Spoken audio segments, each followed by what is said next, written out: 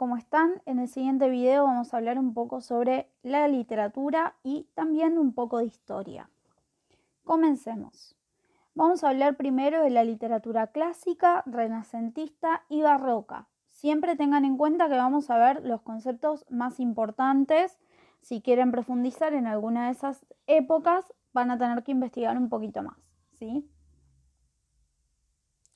Vamos con el período clásico. Corresponde a las producciones de autores griegos y romanos durante los siglos 6 a.C. y 4 a.C.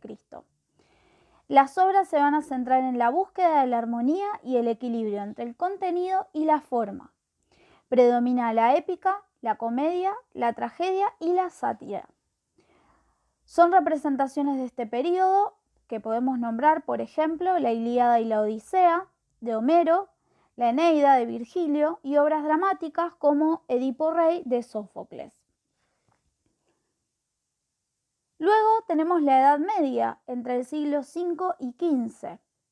En este periodo surgen las lenguas romances, como consecuencia de la fragmentación del Imperio Romano.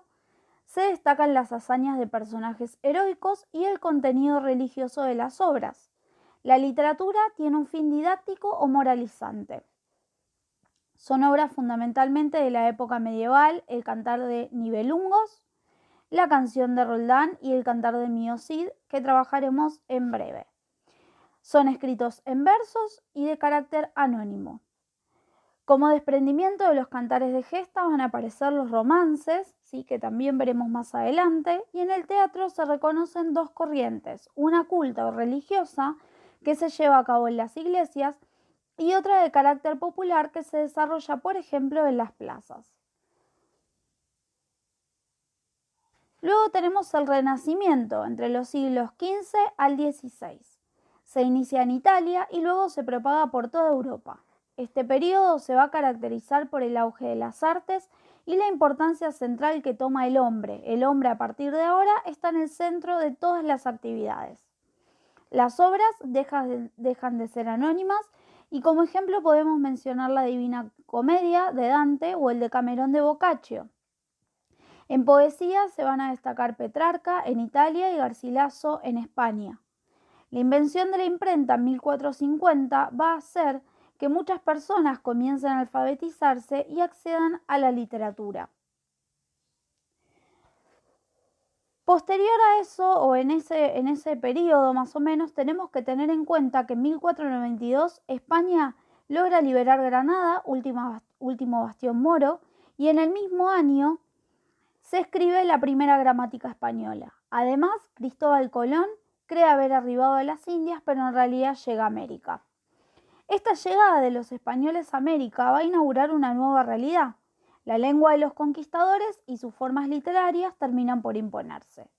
Durante el Renacimiento nace en Latinoamérica la literatura colonial, que tiene que ver con crónicas, cartas y poemas épicos que narran las hazañas y victorias de los conquistadores sobre los indígenas. El barroco abarca el siglo XVII al XVIII.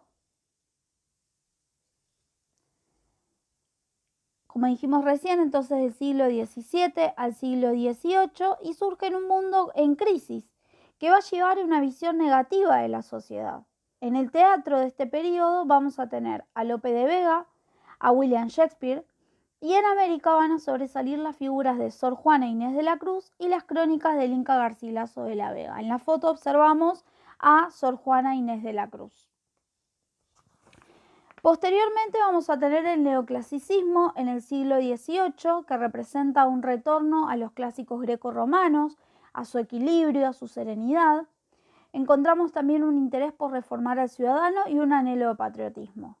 En esta época cultural, la razón prima sobre los sentimientos. Se va a destacar en Francia, Racine y Jean Molière, y en España, Moratín. Durante la primera mitad del siglo XIX aparece el romanticismo, que constituye una vuelta a la imaginación y a la libertad. Se intentan abandonar las reglas y las tradiciones clásicas. Luego vamos a tener a Becker, que se distingue en España, y ligado al romanticismo podemos mencionar el Sturm und Drang, movimiento nacido en Alemania que tiene como figura a Goethe. y Schiller.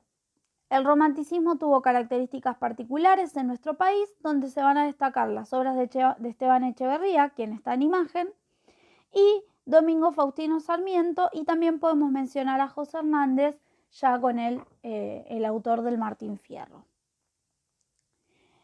Posteriormente tenemos el realismo, que nace en la segunda mitad del siglo XIX en Francia, que supone la irrupción de los escenarios locales y del lenguaje popular, lo que acerca la literatura a la realidad social. Pretende dar una mirada crítica. Algunos autores importantes son Benito Pérez Galdós y el ruso Dostoyevsky. Como derivación del realismo tenemos el naturalismo, que va a intentar mostrar las miserias de la raza humana. Presenta un ser humano condicionado por el lugar donde nace, su entorno, su raza, sus condiciones. Y son autores naturalistas Émile Zola en Francia y Cambaceres en Argentina. Aquí, a fines del siglo XIX, el movimiento va a estar ligado a la realidad social de las corrientes inmigratorias. A fines del siglo XIX se consolida en España la denominada generación del 98, ligada a la pérdida de las tierras americanas por parte de la corona. El mayor representante es Antonio Machado, quien estudiaremos más adelante. En América Latina surge el modernismo. Se distingue por tomar elementos de corrientes originadas en Francia, en las que se evidencia la búsqueda de la belleza, el rechazo de las formas realistas y el refinamiento lingüístico. Finalmente, a partir del siglo XX, la literatura va a tomar rumbos diversos. El desarrollo de los medios de comunicación, el crecimiento de las ciudades, la Primera Guerra Mundial, el psicoanálisis de Freud, son el origen de las vanguardias. Estos grupos intentan transformar la literatura, rompen con la tradición y definen la originalidad y la novedad. Algunas vanguardias fueron el dadaísmo, el surrealismo, el creacionismo, el ultraísmo, entre otras. En este periodo surge también en España la generación del 27, cuyo representante es García Lorca. Y en Argentina, Jorge Luis Borges y Rodolfo Ar son los representantes de los grupos de Florida y Boedo. Hacia el siglo XX también hallamos el posmodernismo, que busca la experimentación. Surgen relatos circulares, juego de palabra, cruces de géneros, como sucede en Rayuela y Boquitas Pintadas de Manuel Puig. Muchas gracias y nos vemos en el próximo video.